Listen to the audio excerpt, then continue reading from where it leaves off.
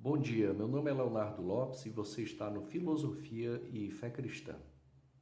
Hoje vamos iniciar aqui uma nova série de estudos no canal que diz respeito ao filósofo Herman Dooyeweerd, que é um filósofo do neocalvinismo holandês. E eu estou muito feliz em poder iniciar essa nova série de áudios, essa nova linha de estudos que se complementa aos outros áudios que temos aqui no canal. Temos a linha principal desse canal, Filosofia e Fé Cristã, que é propriamente são os estudos historiográficos, em que procuramos analisar, à luz do livro de Colin Brown, os principais filósofos, desde Platão, Sócrates, e seguindo então aí numa linha cronológica, os seus pensamentos e analisar naquele que é o ponto principal deste canal, ou seja, verificar em que ponto essas filosofias elas se aproximam ou se distanciam da verdade cristã bíblica, da verdade cristã revelada, da teologia da cruz. Procurar enaltecer o nome do nosso Senhor Jesus Cristo em torno também dessa área intelectual. Temos também uma microsérie sobre a obra De Magistro, de Agostinho de Hipona, uma obra de 389, em que lemos toda a obra, fazendo comentários em torno dela. O canal conta também com áudios diversos, em que procuramos muitas vezes tratar e analisar o período conhecido como patrística. E também temos uma outra série que é sobre cinema. E é justamente sobre essa série sobre cinema que eu gostaria de começar aqui essa conjunto, esperamos assim, se for da vontade de Deus, de áudios sobre Herman Dooyeweerd. Como foi que eu tive acesso a esse material? Então, eu fazia a faculdade de graduação em filosofia por volta aí do ano de 2015 até 2018, que foi uma segunda parte do meu curso. Anteriormente eu tinha tido uma primeira parte. E nesse momento, em torno de 2015, eu estava então estudando e procurando autores cristãos, pensadores cristãos. Foi mais ou menos por essa época de 2015 que eu me voltei para o pensamento de Agostinho de Hipona. Eu iniciei o meu curso de graduação em filosofia em 2011 e na época eu ainda era ateu. Então eu não tinha muita preocupação em torno desses pensamentos. Não é? Na verdade, eu criticava muito o pensamento cristão. A minha conversão se deu em 2013, mas somente a partir de 2015 foi que eu comecei a tentar encontrar um revestimento de ordem intelectual em torno do pensamento cristão. E nesse sentido foi onde eu me deparei com Agostinho de Hipona inicialmente, e depois eu procurei e comecei a encontrar pensamentos, livros, autores em torno de um movimento cultural em torno do pensamento cristão. Foi assim que eu cheguei ao livro que utilizamos como referência principal lá no canal sobre cinema, que é o Cinema e Fé Cristã, de Brian Godawa. Eu gostava muito de cinema e no início da minha conversão em 2013 eu abandonei essa área do cinema. Eu não via filmes praticamente, e acredito que foi o Espírito Santo que estava ali me limpando, digamos assim, daquilo que eu chamei lá no canal, em alguns áudios, de glutonaria cultural. Eu assistia muita coisa sem ter um processo seletivo, e por isso eu acabava tendo então assistindo muita coisa que não era edificante. Eu passei muitos anos sem ver filme e lá por 2015, 2016 eu comecei a sentir uma necessidade muito grande de verificar se haviam autores que tratavam desse tema, o cinema, no caso específico, de uma forma cristã. Geralmente a gente não encontra esse tipo de assunto na igreja, não encontramos pregações sobre esses assuntos e foi basicamente a minha busca inicial. Então eu encontrei esse livro, Filosofia e Fé Cristã, aliás, desculpe, Cinema e Fé Cristã, do Brian Godawa. No livro do Godawa, na leitura do livro do Godawa, eu encontrei o nome de Francis Schaeffer. E logo fui procurar, achei interessante, vi que ele tinha uma vinculação com as áreas da história, da filosofia, da teologia, do pensamento de uma forma geral, e tudo isso sob a égide da soberania de Deus, da palavra revelada da Bíblia. Então foi como se abrisse para mim um novo horizonte. E a partir dali eu comecei a estudar um tanto quanto, ainda de uma forma não tão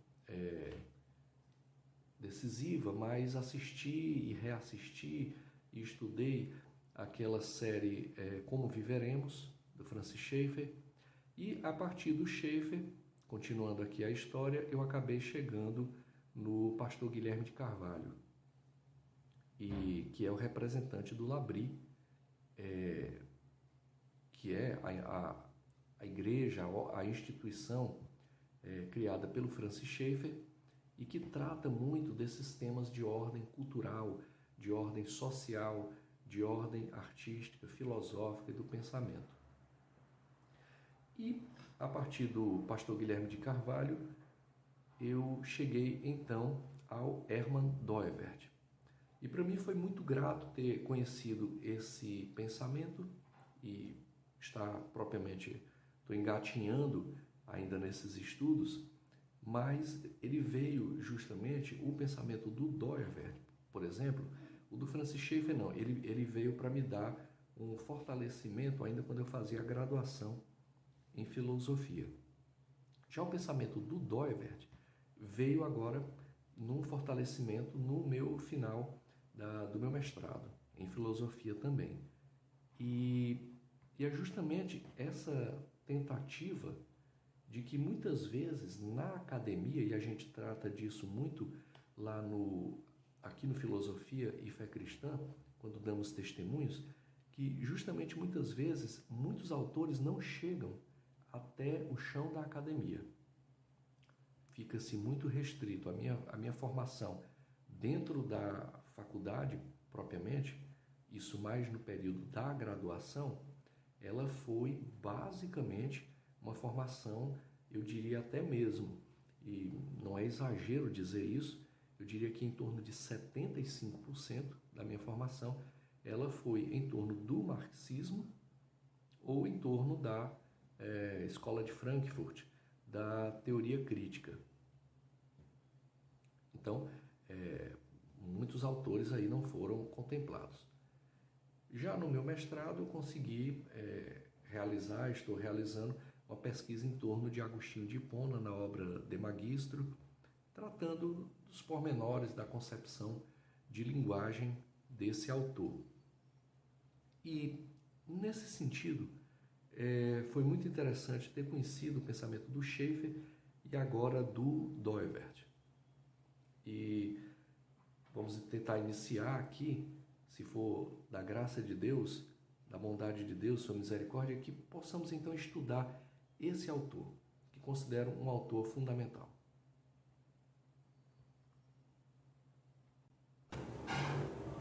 Muito bem, então vamos começar aqui a proposta do dia de hoje, que é apresentar um livro. Nós vamos apresentar alguns livros aqui, e o primeiro desses livros seria propriamente o livro de Josué Reichel, acho que é assim que lê o sobrenome, chama Reformai a Vossa Mente, a Filosofia Cristã de Hermann Doivert. Ele foi publicado pela editora Monergismo,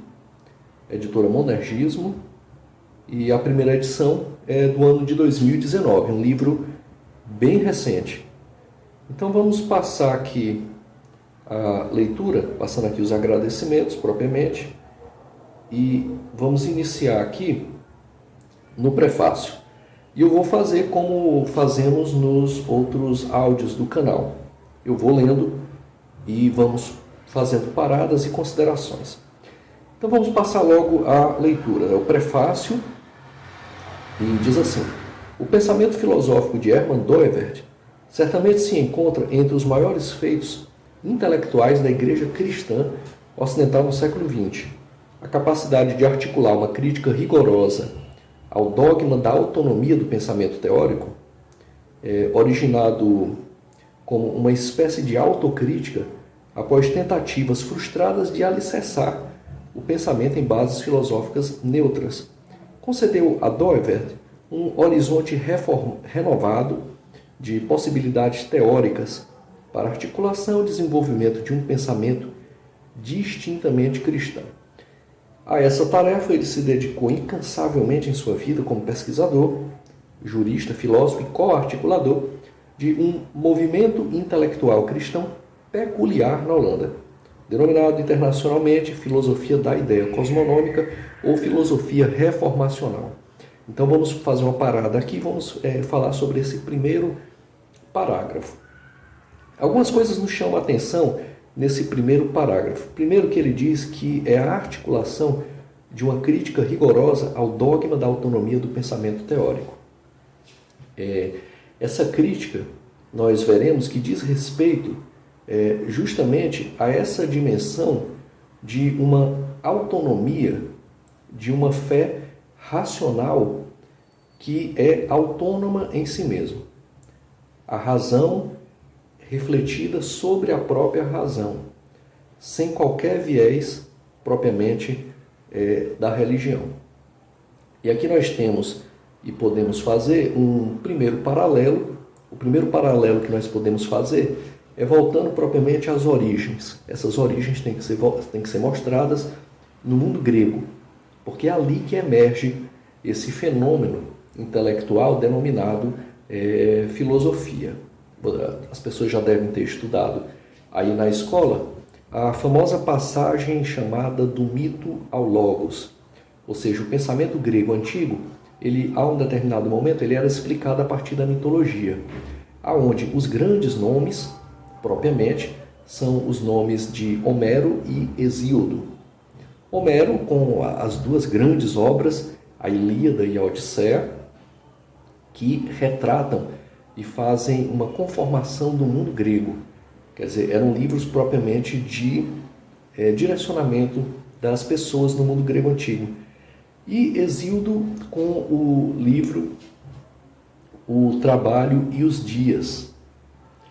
E, muito bem, então, naquele momento ali, a passagem do mito para o Logos é justamente essa passagem que diz que as coisas não devem ser mais explicadas em tons de crença, não propriamente de fé, mas de crença, em tons mitológicos, mas que tudo deve ser explicado a partir de uma dimensão do pensamento teórico autônomo, que eles chamam lá de razão, logos, e que se defronta inicialmente com os pré-socráticos com a physis, ou seja, com a natureza, mas sempre buscando um princípio articulador, que ora era o fogo, por exemplo, para Heráclito, ora era o estatismo, né, o estático, para o Parmênides, ora podia se desdobrar em outros elementos múltiplos, articulados entre si, como em Empédocles, ou mesmo voltar para uma unidade fundamental,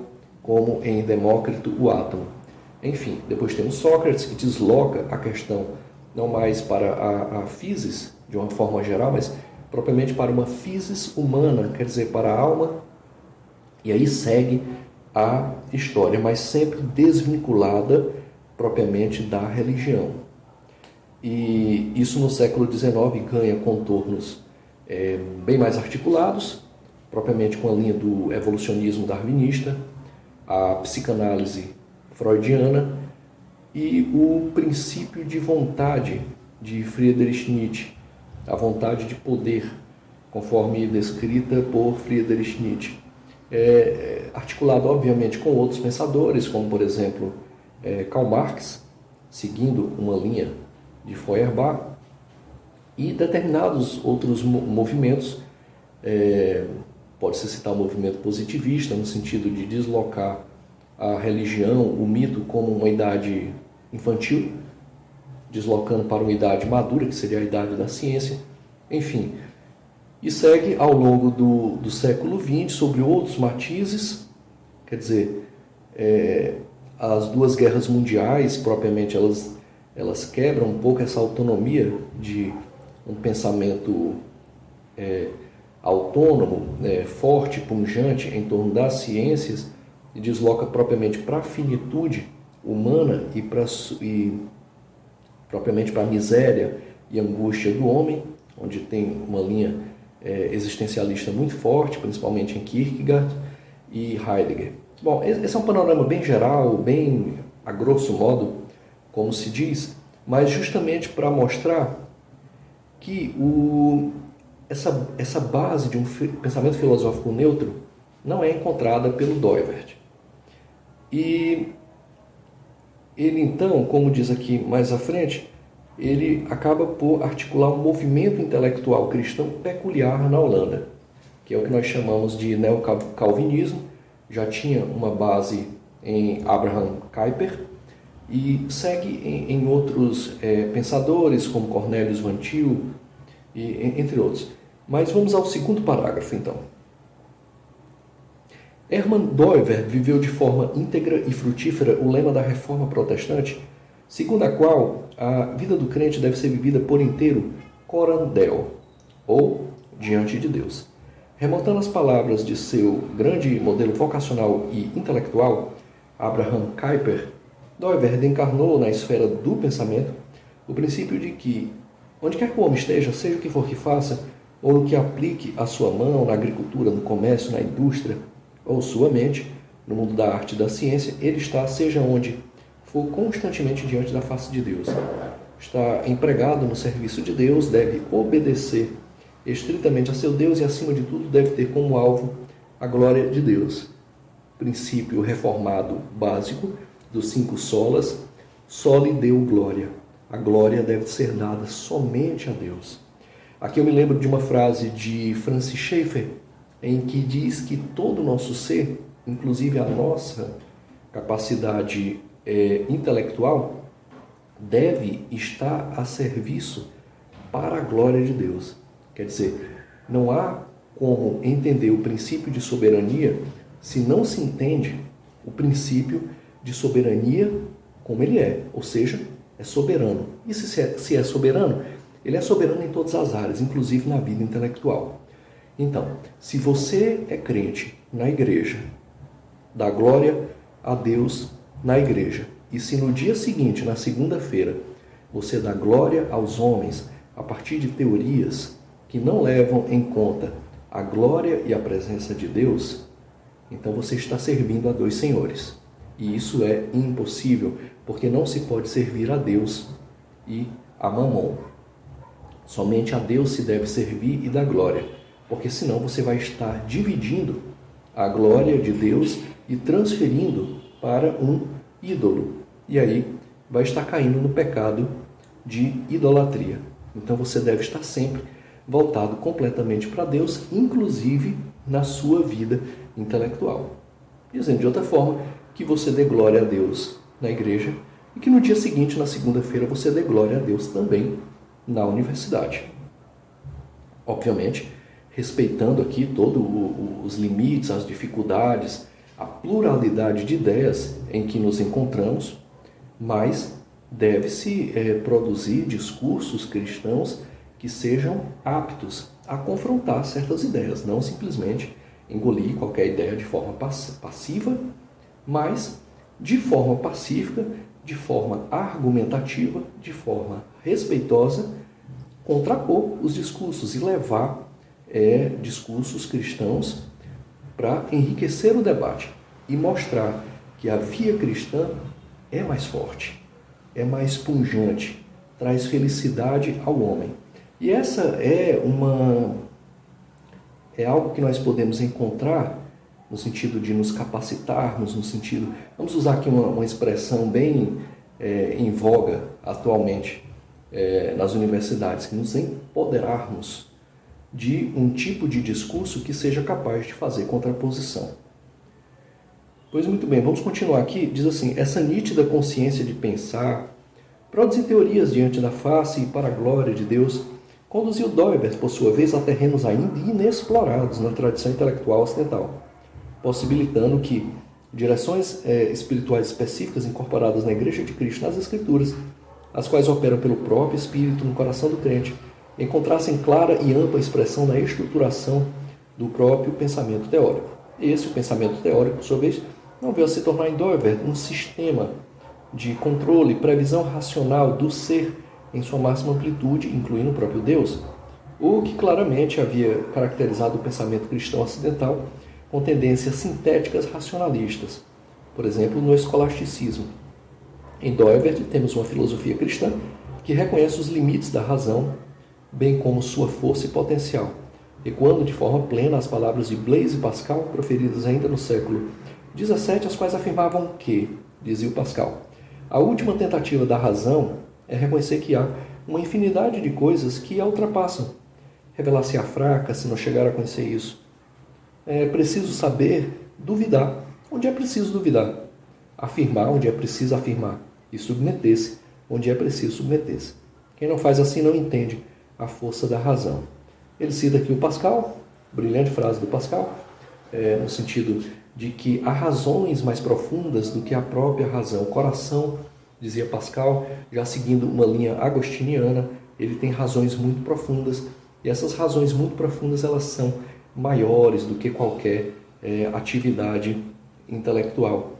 E elas enriquecem o próprio reconhecimento do discurso racional sobre a realidade.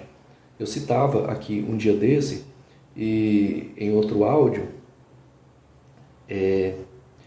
citava anteriormente um evento que eu passei em que uma pessoa tentou, digamos assim, menosprezar o meu conhecimento em uma área, ou de certa forma me menosprezar, no sentido de que ela tinha acesso a um conjunto de conhecimentos e jargões técnicos que eu realmente não conhecia. E a pessoa começou meio que, de uma forma frenética, a tentar articular esse tipo de coisa para que eu ficasse calado e não falasse nada que a viesse a chatear. E eu apenas escutei, até por uma questão de educação mesmo, mas enquanto ela falava, a articulação das proposições, a lógica que emergia da boca dessa pessoa, as palavras e os jargões técnicos, nada disso fazia sentido, porque eu olhava e estava vendo só vaidade, muita vaidade, soberba e até mesmo, infelizmente, arrogância, aspereza, e tudo isso brota do coração. E tudo isso são razões que não estão na própria razão. Na verdade, são desrazões.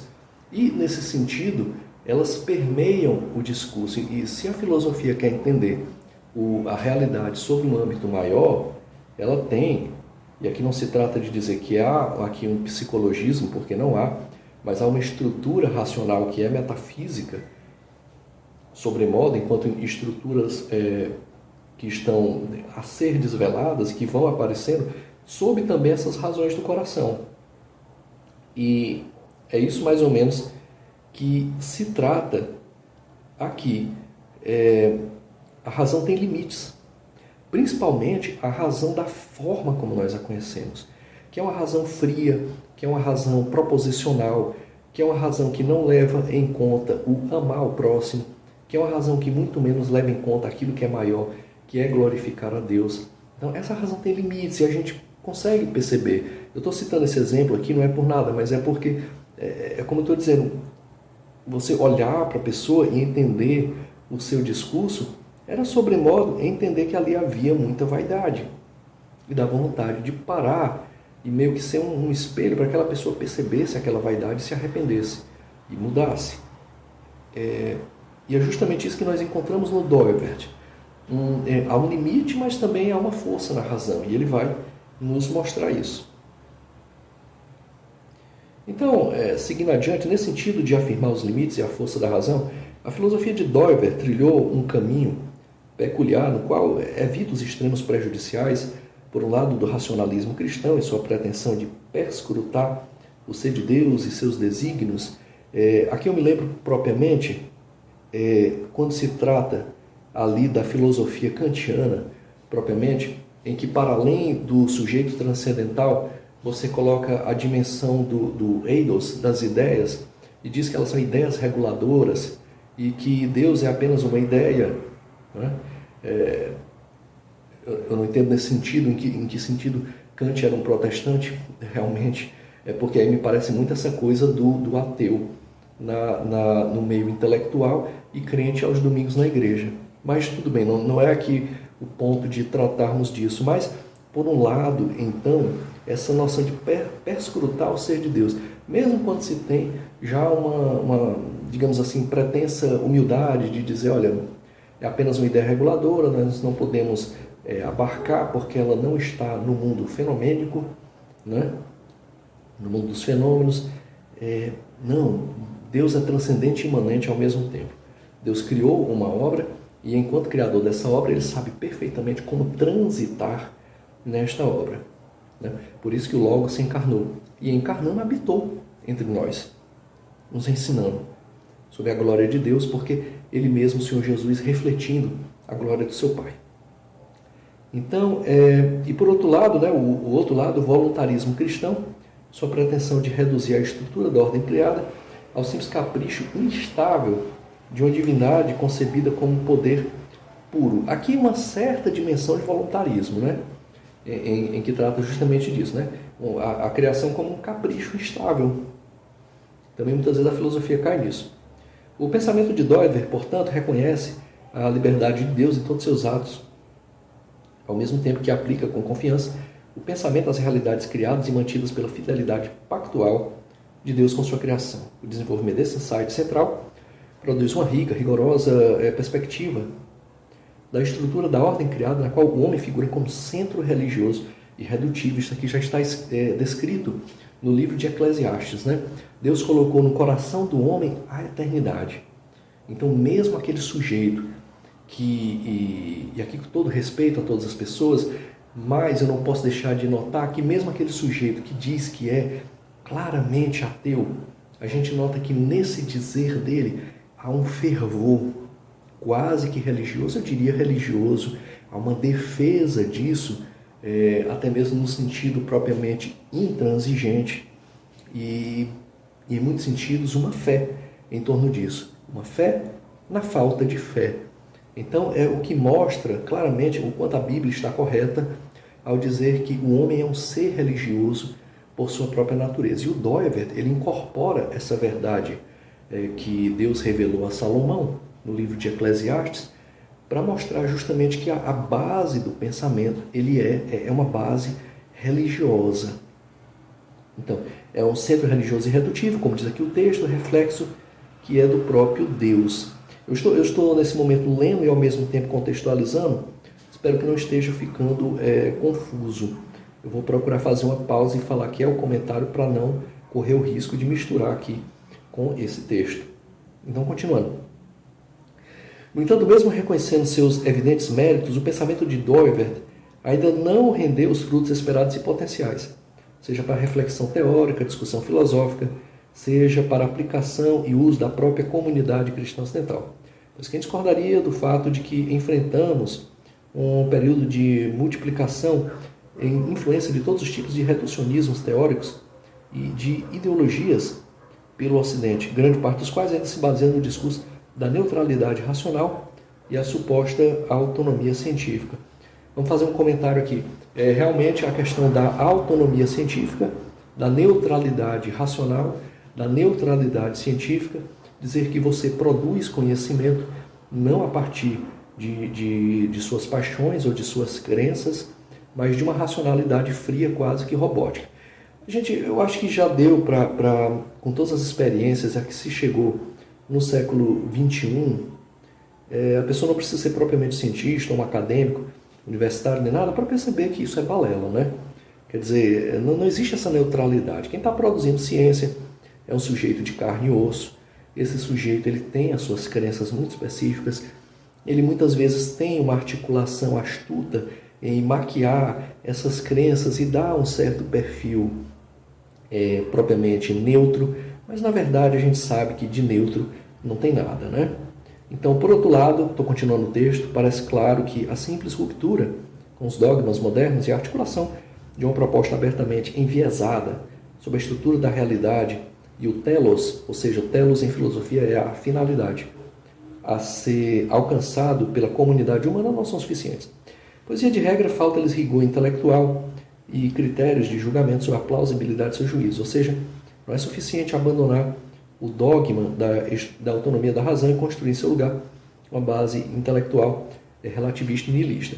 Isso aqui é um fenômeno propriamente que nós encontramos na pós-modernidade. Eu, pelo menos, entendo a pós-modernidade assim. A modernidade ela tinha uma proposta de trazer uma dimensão cognitiva, estrutural, mental, individual, antropocêntrica, centrada no homem, em que se buscaria ainda uma razão que levasse a uma verdade, mas uma verdade propriamente advinda do próprio homem. Isso se mostrou extremamente falho, porque esse próprio homem é extremamente falho. Então esse homem extremamente falho não tem propriamente como alcançar essa verdade por si mesmo. Esses fenômenos ocorrem justamente numa certa dimensão do evolucionismo darwinista, em que coloca o homem como um animal entre outros animais e em vias ainda de evolução, ou seja, se evolui, ele pode vir segundo o pensamento darwinista, ele pode vir a evoluir e alcançar verdades maiores, mas também os eventos, principalmente no século XX, das duas guerras, que mostraram a brutalidade do assim chamado homem civilizado, que de civilizado propriamente não tem muita coisa não. E então, nesse sentido, vamos continuar aqui no texto.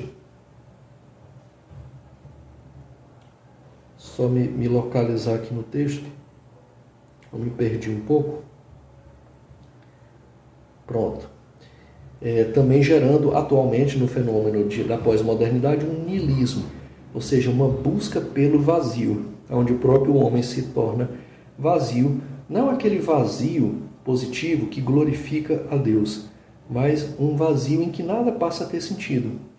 Nada, absolutamente nada. E esse homem caminha, então, de frustração em frustração, de depressão em depressão. Essas são as bases do que nós podemos chamar de pós-modernidade.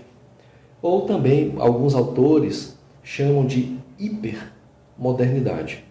Na verdade, o que nós estamos passando, quer estejamos ainda na modernidade, ou já numa pós-modernidade, ou numa modernidade inflada, ou inchada, inflamada, vamos dizer assim, na verdade nós estamos na borda já daquele pensamento de base cartesiana que colocou o homem como centro.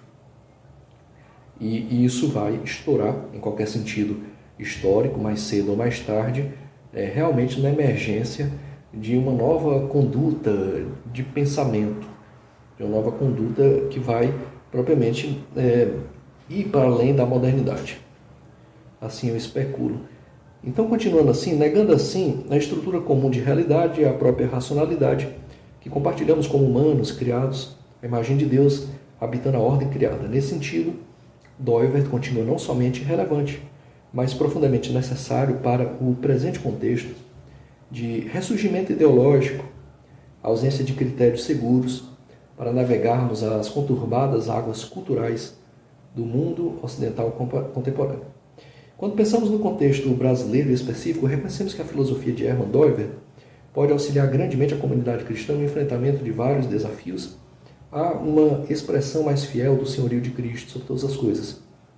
Por um lado, temos em nossas quadras uma tendência fundamentalista que se mostra cada vez mais incapaz de articular os princípios da palavra de Deus para contextos complexos, diferenciados e dinâmicos.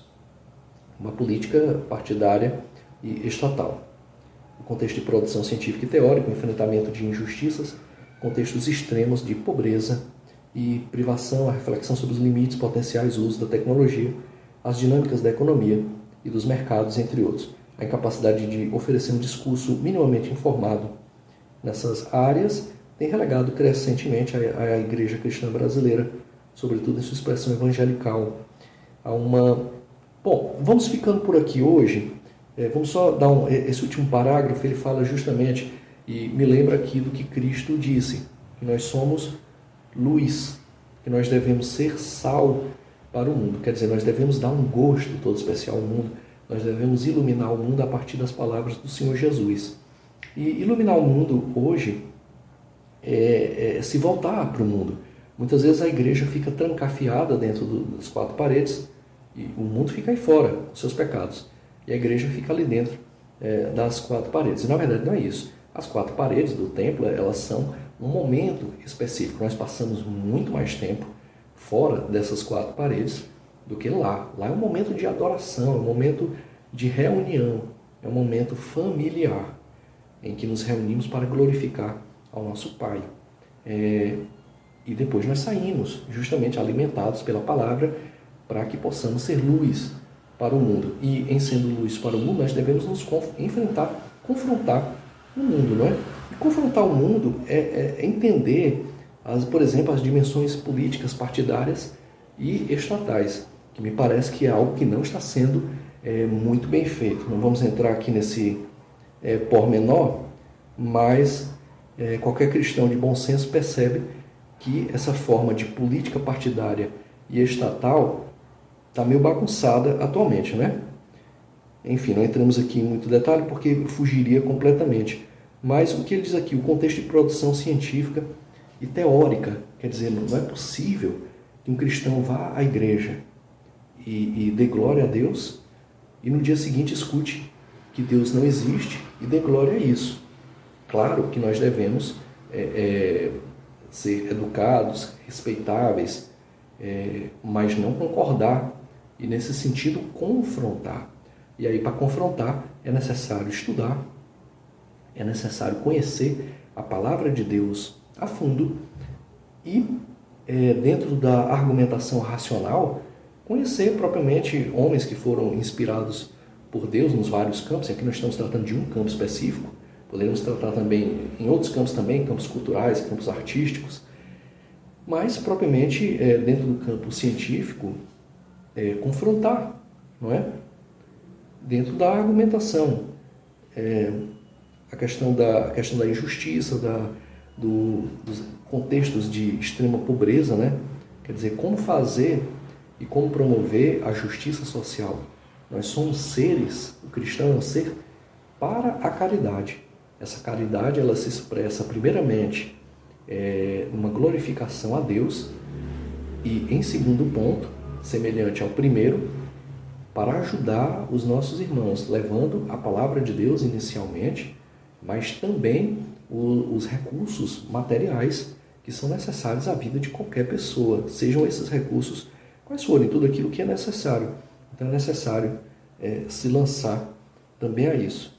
As dimensões econômicas também, como essas dimensões econômicas podem se tornar mais justas para que se possa promover uma igualdade social maior, onde não tenhamos essa disparidade horrível, tremenda, entre pessoas extremamente ricas e pessoas em uma miséria financeira horrível, né? Esse deve ser o testemunho cristão nessas mais diversas áreas, as áreas, por exemplo, culturais, sejam elas quais forem, as áreas artísticas, e aqui entra propriamente o teatro, entra propriamente o cinema, a pintura, as artes de uma forma geral. Quer dizer, como nós podemos iluminar? Nós somos chamados para isso, iluminar e salgar, ou seja, dar gosto, né? Levar a palavra de que em Cristo somos livres, uma liberdade que dentro dos limites do senhorio do nosso pastor supremo, que é o Senhor Jesus, nos traz felicidade. Então, a proposta do canal foi essa aqui. Não vamos propriamente, obviamente, ler o livro todo, né? Aqui lemos apenas uma página comentando. Vamos de vez em quando procurar ler uma ou outra página, e eu indico que se compre. Eu acho que é urgente dentro da comunidade acadêmica se conhecer o pensamento de Hermann Doivert. Dentro do Brasil já há alguns representantes, eu citei aqui o pastor Guilherme de Carvalho, mas há outros grandes representantes também. Eu mesmo, como disse, eu estou meio que engatinhando nesses estudos. A minha formação é na área de filosofia, tanto a graduação quanto o mestrado. Atualmente eu estou concluindo o mestrado, pesquisa em Agostinho de Hipona, questão da linguagem, de magistro. Mas há outros grandes nomes, aos poucos a gente vai conhecendo e vai trazendo aqui, mas que se procure então já artigos, que se procure ler a obra de Hermann Doivert, justamente porque me parece que ele traz algo muito importante e que, como eu disse, muitas vezes não chega ao chão da universidade. Eu citei aqui no começo desse áudio que a minha formação em filosofia na graduação, ela foi mais ou menos 75% ou marxismo ou teoria crítica, escola de Frankfurt. Quer dizer, foi basicamente isso, porque era o que tinha. Então, por exemplo, eu já citei em áudios do Filosofia e Fé Cristã que eu aprendi Blaise Pascal com um colega de faculdade, que ele fez a monografia dele no Pascal, e graças a Deus, Deus usou aquela pessoa para que eu aprendesse ali um tanto quanto do Pascal, e um Pascal que não era inserido naquele fluxo mecanicista, cientificista, antropocêntrico do período em que ele viveu, mas um Pascal que era um contrafluxo, um Pascal que falava sobre Deus, um Pascal que falava sobre o Deus de Abraão, Isaac e Jacó, um Pascal que falava do Senhor Jesus, dentro do contexto dele lá do jansenismo, né? Mas, enfim, estou citando Pascal, poderia citar N outros pensadores, né?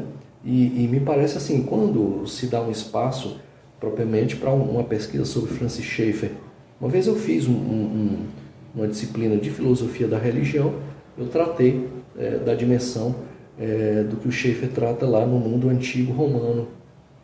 O professor não fez grandes comentários, deu ali uma nota, acho que foi um 8, e é isso, foi a minha contribuição. Eu acho que a gente tem que trazer, se são pensamentos relevantes, a gente tem que trazer, e aí dizer, olha, mas tem um pensador aqui, por exemplo, o Doivert, que diz que a base do nosso pensamento ela é religiosa. Quer dizer, não existe essa pretensa autonomia da razão. Essa autonomia da razão, ela é, sobremodo, um construto histórico que tem suas bases ali no mundo grego e que ganha contornos muito específicos a partir da modernidade, a partir, sobremodo, do antropocentrismo cartesiano, dentro do contexto racionalista, mecanicista, propriamente depois dentro do contexto empirista, mas é um construto. Se é um construto, ele pode ser desconstruído. Essa não é uma palavra que é tão usada hoje dentro da academia, a desconstrução? Pois muito bem, pode se desconstruir. E aí, ao desconstruir, mostrar-se propriamente limites que há entre aquilo que se chama de filosofia e de teologia, ou entre razão e fé.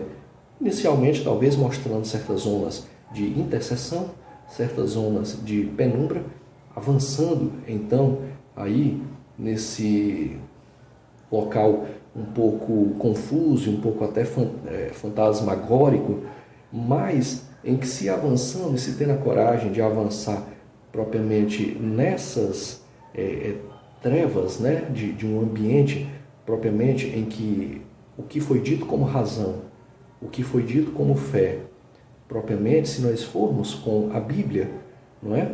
Porque a Bíblia é a luz para os nossos pés. E em sendo luz para os nossos pés, ela nos direciona enquanto luz para o nosso caminho, que é um caminho vivo, que é o próprio Senhor Jesus. E aí nós temos luz suficiente para iluminar isso aí e quebrar um tanto quanto essa dimensão de teologia e de filosofia, e mostrar que, para além disso, está o próprio Senhor Jesus. Esse é o objetivo basicamente que temos aqui, um tanto quanto, então, nessas reflexões, e muito aqui, que é o objetivo principal, que é mostrar o pensamento do Doivert. Então vamos ficando por aqui, e no próximo áudio, se assim Deus o permitir, quem puder adquirir o livro da editora Monergismo, esse livro aqui ele chama,